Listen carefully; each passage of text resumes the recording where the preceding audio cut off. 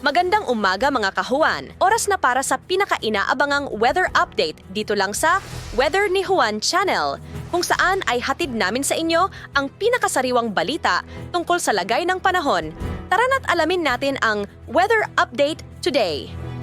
Magandang umaga sa ating lahat. Ngayon ay November 14, 2023 at narito ang update ukol sa maging lagay ng panahon sa susunod na 24 oras. Kaninang alas 2 ng umaga, yung tropical depression o bagyo na minomonitor natin sa labas ng ating area of responsibility ay nag-weaken or humina at isa na nga yung ganap na low pressure area. At huli itong namataan sa layong 1,620 kilometers east of southeastern Mindanao. At ayon nga sa ating latest analysis, ay posible itong magre-develop at maging isang bagyo muli sa mga susunod na araw. At ito ay papasok sa loob ng ating area of responsibility bukas ng gabi or by early Thursday. At ina-expect nga natin either of the two scenario na magre-develop ito or manatili as a low pressure area.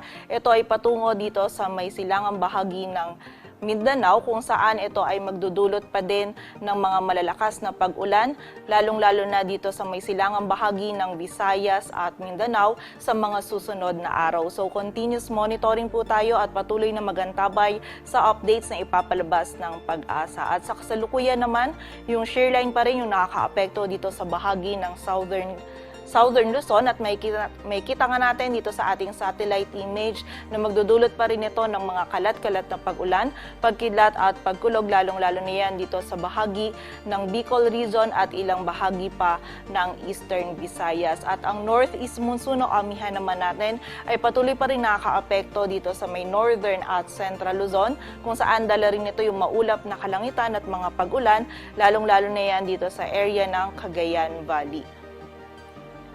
At para nga sa magiging lagay ng panahon ngayong araw ng Martes, maulap na kalangitan at mga pagulan pa rin ang mararanasan dito sa bahagi ng Cagayan Valley, Ilocos Norte at Apayao, dulot yan ng amihan. Samantala, magiging maulap din yung kalangitan at meron tayong mga kalat-kalat na pagulan, pagkilat at pagkulog dito sa bahagi ng Bicol region, maging sa lalawigan ng Quezon na dulot naman ng shear line. So pag-iingat pa rin po para sa ating mga kababayan sa posibilidad ng mga pagbaha at pagguho ng lupa. Samantala, dito sa Metro Manila, maging sa nalalabing bahagi pa ng Luzon ay magiging bahagyang maulap hanggang sa maulap yung ating kalangitan.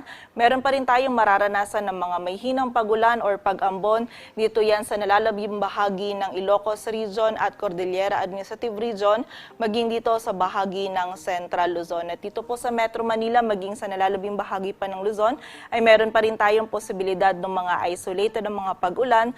Dulot yan ng shear line at ng mga localized thunderstorms. Agwat ng temperatura dito sa Metro Manila ay mula 25 to 32 degrees Celsius.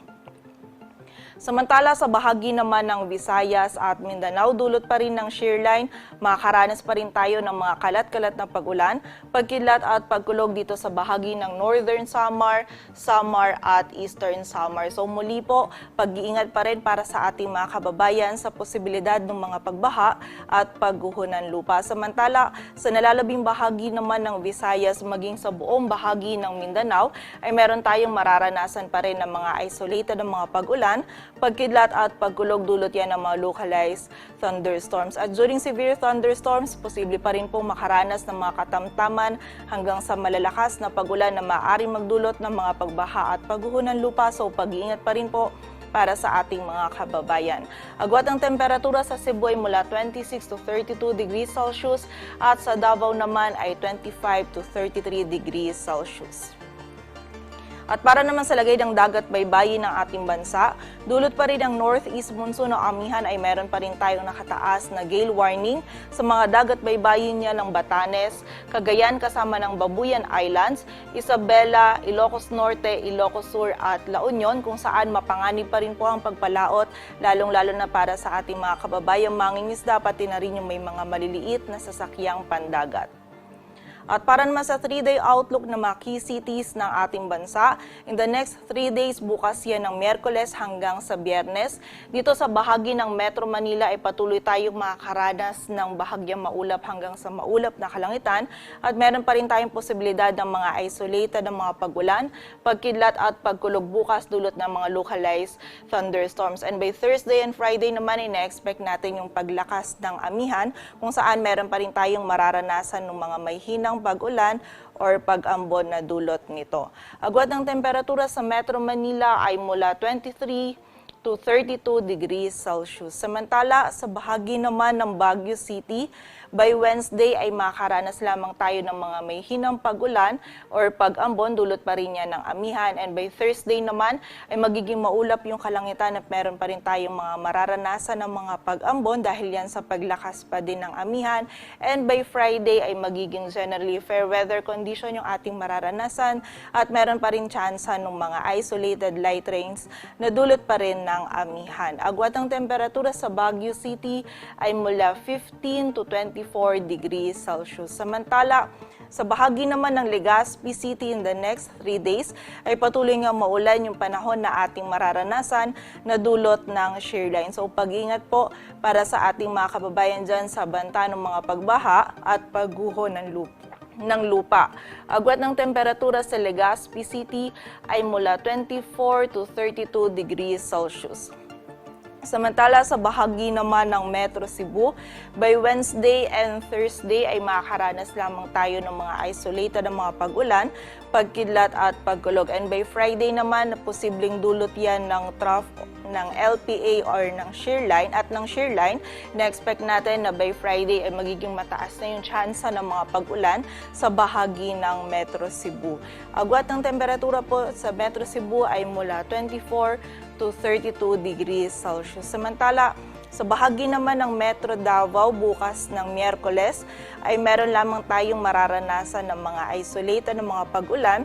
Ngunit by Thursday at Friday kung saan posible pong yung trough ng LPA na minomonitor natin ay magdulot ng mga kalat-kalat na pag-ulan, pagkidlat at pagkulog. So pag-ingat po para sa ating mga kababayan dyan sa posibilidad ng mga pagbaha at pagguho ng lupa.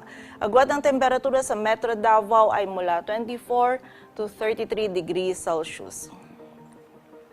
Dito sa Metro Manila, ang araw ay sisikat mamayang 5:56 ng umaga at lulubog mamayang 5:24 ng hapon. At yun po ang pinaka-latest na balita tungkol sa ating panahon. Maraming salamat sa inyong patuloy na suporta at pagtangkilik sa Weather ni Juan Channel. Huwag kalimutang i-click ang subscribe button at pindutin ang notification bell para lagi po kayong updated hindi lang sa mga bagong balita ukol sa ating panahon, pati na rin sa mga trivia at dagdag kaalaman tungkol sa ating kalikasan. Ingat palagi mga kawan!